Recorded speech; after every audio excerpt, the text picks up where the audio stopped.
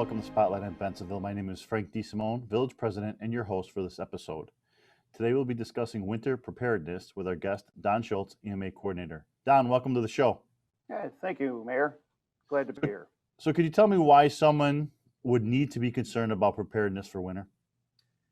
Well, as you know, this year is unique. And with the focus on coronavirus, and rightly so, just real quick, just want to touch on that, is just emphasize everybody needs to continue wearing masks, sanitize, distance, avoid large gatherings, continue to wipe down touch surfaces, extremely important right now in this day of the coronavirus. So the reason why we're here to talk about winter preparedness is we want to take a little time right now. It's a great time to do this and kind of look at and understand the hazards that winter conditions can cause, the harm it can cause, the cold temperatures, wind chill, sometimes the extreme snowfalls, and again now kind of take a few minutes in the midst of coronavirus and think about winter preparedness. So how would our viewers know that there might be potential dangerous weather conditions? What would be the first indication? Your first indications would be alerts that you'd get on TV, radio, social media, weather apps that you may have on your cell phones. Those would all give you alerts and tell you the conditions that are predicted to arrive in an area. The phone apps are great. There's many of them out there. Weather Channel, WGN. There's many of them out there that are great to have and give you advanced warning. So can you please explain the national weather statements in a little more detail? So just like warm weather, watches and warnings, cold weather, winter weather, basically the same thing. The National Weather Service will issue watches and warnings. Watches mean conditions are right. To keep an eye on weather conditions. Warnings are the conditions are occurring, and now's the time to take protective action. Again, phone apps, will give you these watches and warnings, and they're a great heads up. Just a few examples of watches and warnings. A winter storm watch would indicate severe winter weather, such as a heavy snowfall or ice, is possible within the next day or two. To be prepared.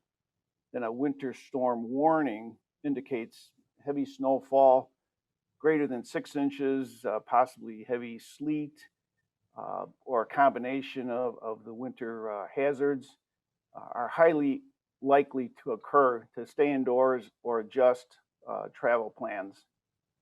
And then maybe one other important one to take notice is the wind chill warnings, life-threatening wind chills of minus 25 degrees or colder. And again, there's many, and those could all be listed or will be all listed on these weather apps that you can go to and review through the phone apps. Can you explain a little bit more about wind chill? Wind chill is a calculation of how cold it feels, outside to the human body. It's a combination of the temperature and wind speed, and they calculate that. They give it a number so you can kind of relate to what the outdoor conditions are going to be if you are going to go outside, and how that would affect a person.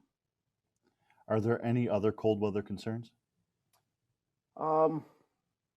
Effects on our home or car, disruption of utilities. One of the biggest utility concerns is electrical power, which can affect many things. The main problem would be heating, of our homes, possibly public transportation if you use public transportation, and then some of the other concerns is if you do have to go outside and say shovel snow, to not to overexert yourself. Watch for back pain or even chest pains, things like that. Those are a few of some of the other concerns that people should kind of keep in mind. How would someone prepare themselves for the cold winter weather? To educate yourself on the winter terms, um, check the overall condition of your car, your home. Maybe have a trusted mechanic winterize your car, check the battery, um, the brakes, wiper blades, the windows. Keep enough gas in the gas tank. The home, check your furnace, windows and doors for drafts, leaks. Um, if you're going to go outside, again, dress properly, dress in layers, proper footwear. Possibly have emergency supplies for the house or your home. Keep those handy. Where can residents find out more information about the winter weather preparedness? They can go to the village website, go to departments and the emergency management agency, and scroll down to preparedness information. The illinoisready.gov is another good website to go to get information. Redcross.org is another good website to visit for preparedness information. Places like that are very helpful and have a lot of good information. I know we have to touch a few more topics, but we need to take a little break. Don, can you hang out for us for just a few more minutes? Certainly. We'll be right back after this short commercial break.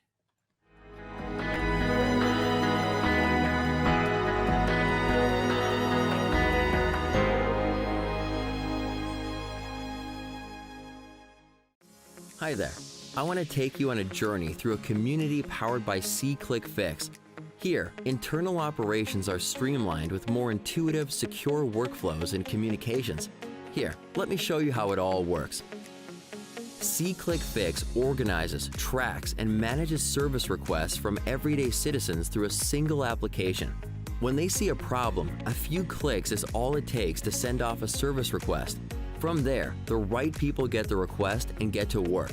All communication and task management is seamlessly coordinated through the app. Citizens can see the work being done and even receive a follow-up message when the work is completed. It's a team effort all around, and you have the data you need to make better decisions. Cities large and small use SeeClickFix to accomplish more for their citizens with the staff, time, and budget they've already got. Get started today.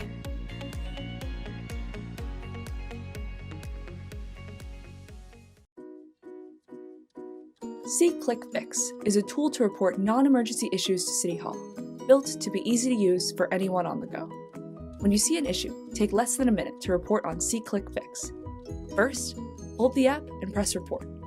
Then, press the camera icon to take a picture or video from the app or your image gallery. After that, the app uses geolocation to capture your exact location, or you can manually choose your location or address using the Map tool. When you press Issue Title, you'll be able to choose from the request types that your local government provides. You'll finish up by including a brief description of the issue, such as where it is, what it looks like, and any other important information to help your local government fix the issue. Then, press Done, and then Submit, and you're ready to go. SeeClickFix, a simple and valuable way to help you build a stronger community.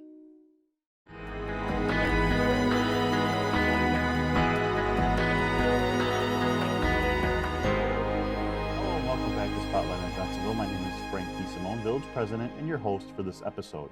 Today we're discussing winter preparedness with our guest Don Schultz, EMA Coordinator. Welcome back, Don. Yeah. So before the break, you mentioned several personal preparedness topics, for example, the home. Give us more details, please.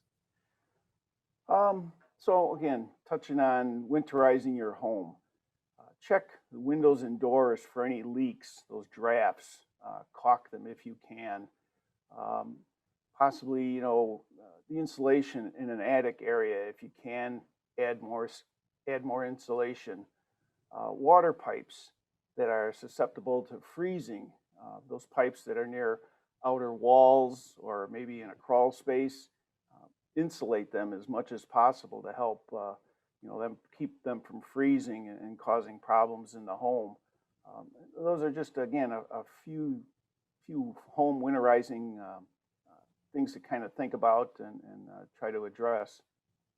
So what should be done to prepare your car or your van, whatever you drive, for the winter? Well, again, kind of winterize your vehicle. Try to have a mechanic, someone that you trust, take a look at it.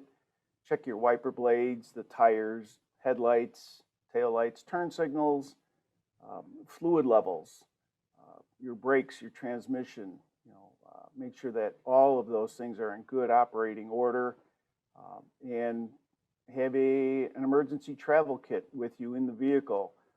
It's kind of in case something were to happen, you were to break down while you're out, you would have some things available to you to use in case there were any kind of problems out on the road. So what should you do for yourself or your personal preparedness? Have again, an emergency kit, a go bag, ready to go. Have with you extra warm clothes, boots available in this kit.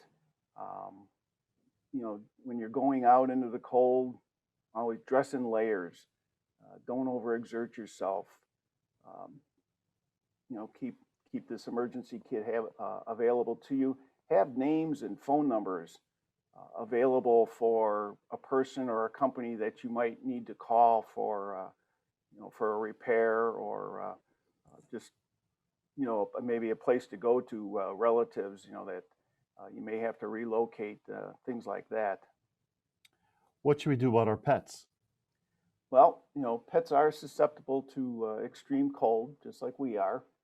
So, if you have an outdoor pet, and if possible, try to provide them with a warm shelter.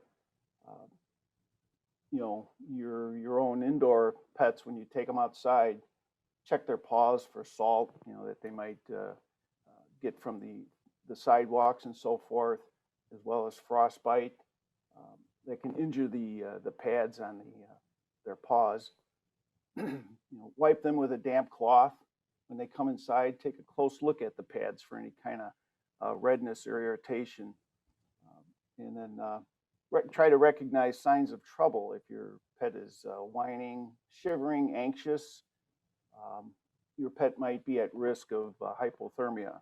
That's something to be aware of. And before you start your car, there are a lot of pets that may try to use the warmth or the heat from the car engine or whatever to take shelter. So you kind of want to make sure that they're not up in that area of the car before you start it up. And then again, with the contact numbers, have a vet number in your contacts on your phone, along with possibly an animal hospital contact information, address, just in case you would have to use that.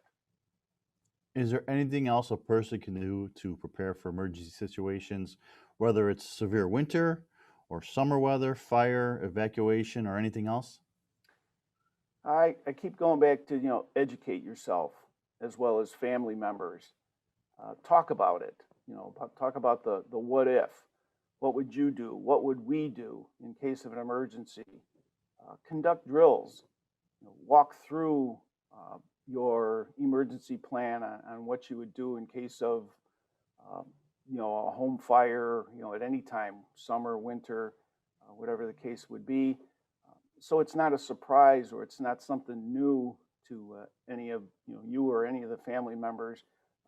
It kind of, it's back there in your memory, and it's like, oh yeah, this is what we need to do. We talked about this. So just do that, review it again, so it's not something new. So we talked about a lot of preparedness information. Where can a person go receive more information about the topics that we discussed here today? Our website, website. Give this office a call. Give my office a call, or email me.